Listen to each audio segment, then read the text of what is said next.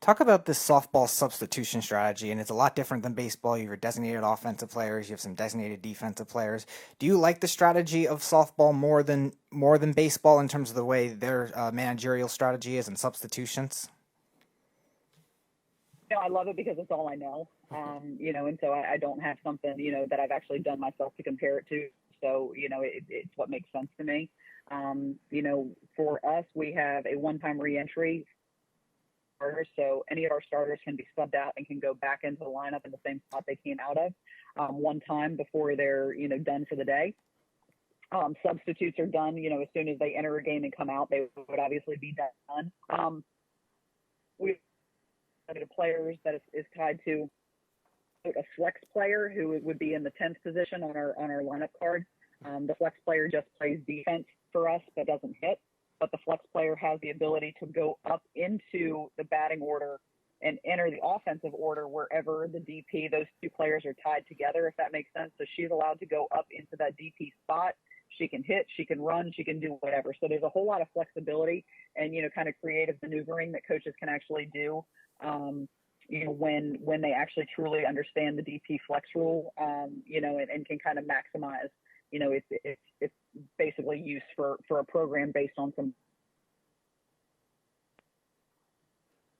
Did we lose you? I don't know if we lost her. You still there? Nope, I can still hear you guys. Oh, good. Because we thought we lost you.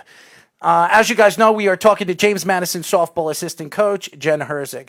Jen, we had Lauren on the show, and we got into a little baseball conversation. And I asked her what was her thoughts to the whole Houston Astros cheating scandal. In your thoughts, what did you think about the cheating scandal? And did you think that the MLB did enough, as far as I'm concerned, of suspensions and firing of coaches and GMs?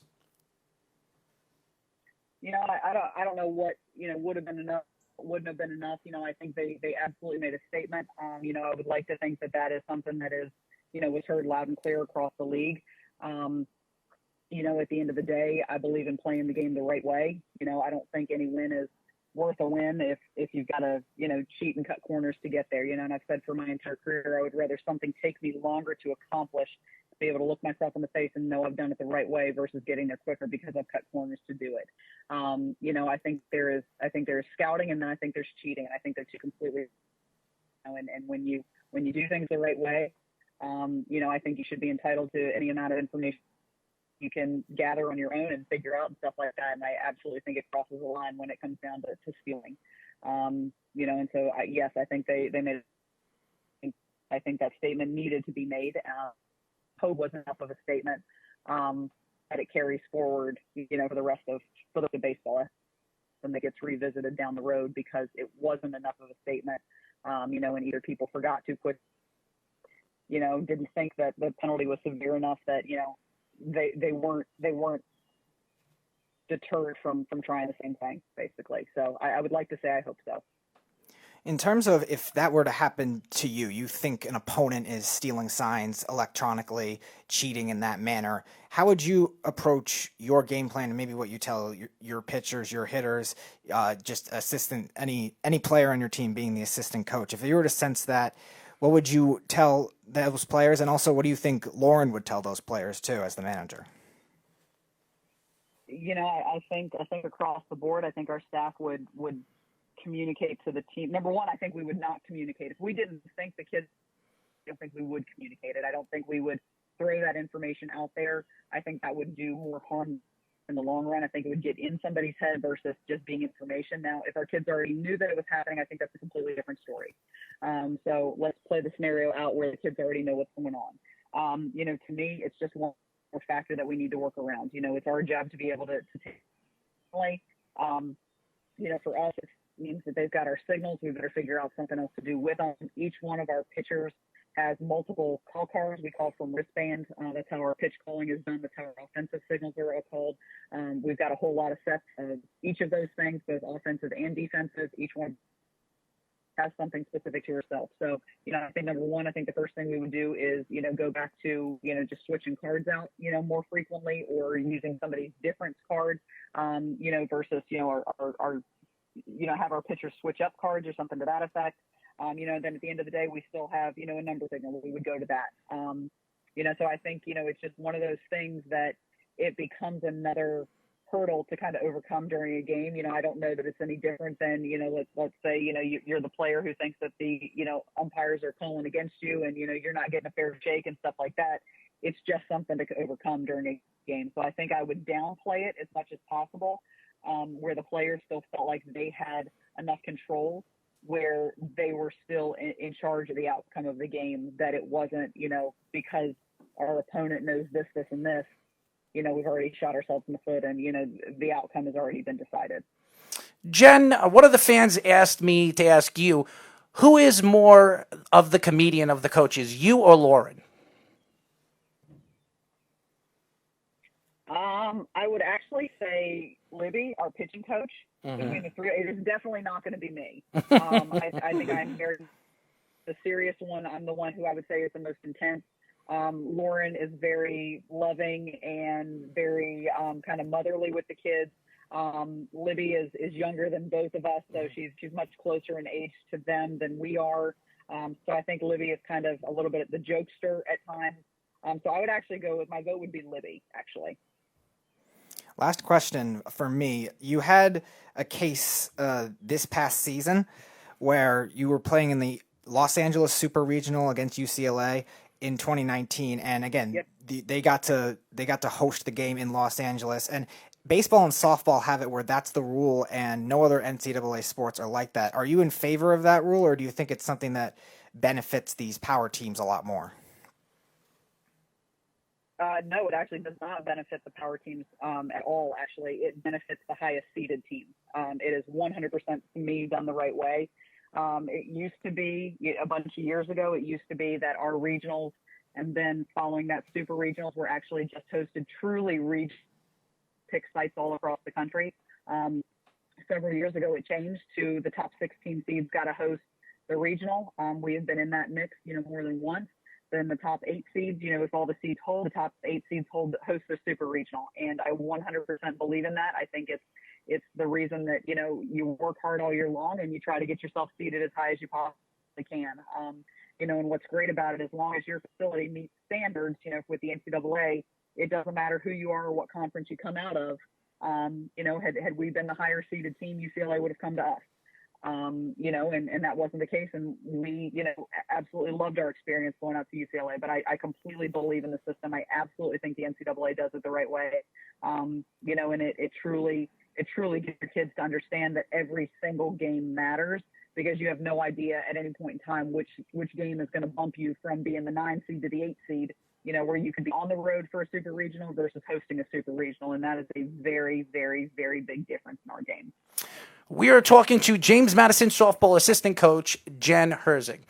Jen, the major leagues and really all over professional sports, the leagues are trying to speed up the game or make the game more fun to watch. And baseball, which I completely dislike, are right now deciding if they should get rid of the umpires behind the plate and use electronic umpires.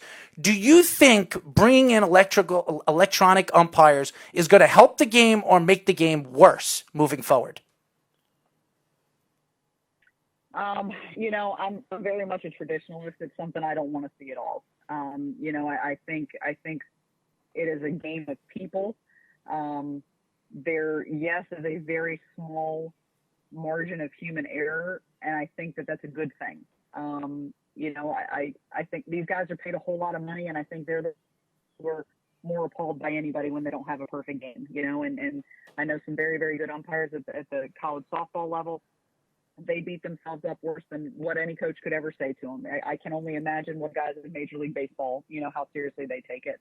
I don't want to see, it go electronically by any stretch of imagination. I do think that training, and I think they need to take their fitness and their workouts incredibly seriously, and I think they need to work as hard as the athletes do. And that's been the thing that I think, in our sports I respect the most. Stand is every year they get a year older, and every year the college athlete stays the same age. Mm-hmm. Every year the college athlete is still 19 to 21 years old, and every year they get one more year older and a little bit slower, and whatever it may be. I say it gets maybe a tiny bit worse and they work at it. And that's in the college level on the I truly can't imagine the preparation and the work and the pride that Major League Baseball umpires put into their game. You know, and I really would hate to, honestly, I think it would change the game so much. It's not even, you know, stay home and play Xbox. my suggestion there. You know, I think it's a game of people, and it needs to stay a game of people.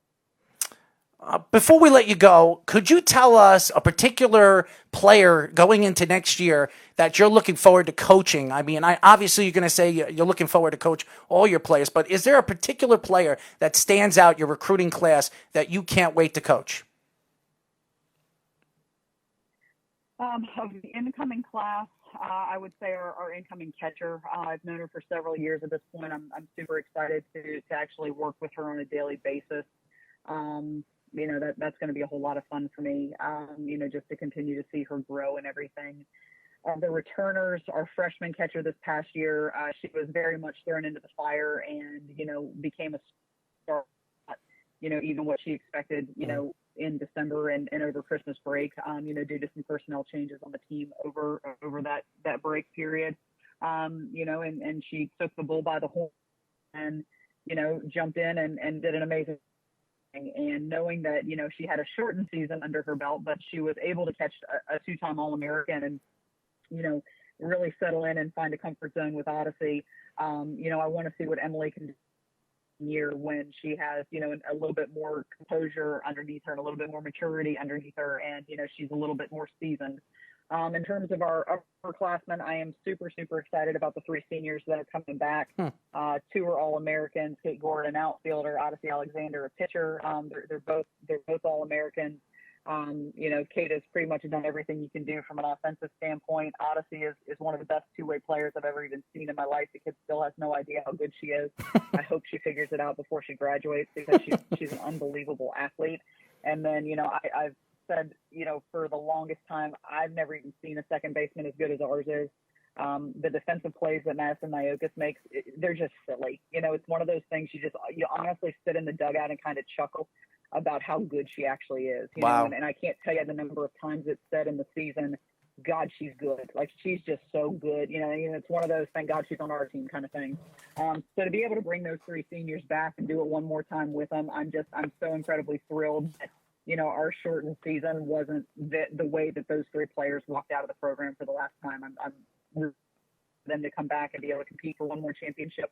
You know, and to have a group of underclass six incoming freshmen, you know, that are going to have their eyes very much wide open because it's going to be a roster that's been bigger than, you know, any roster any college athlete has ever played on because it's 5 classes, not just 4.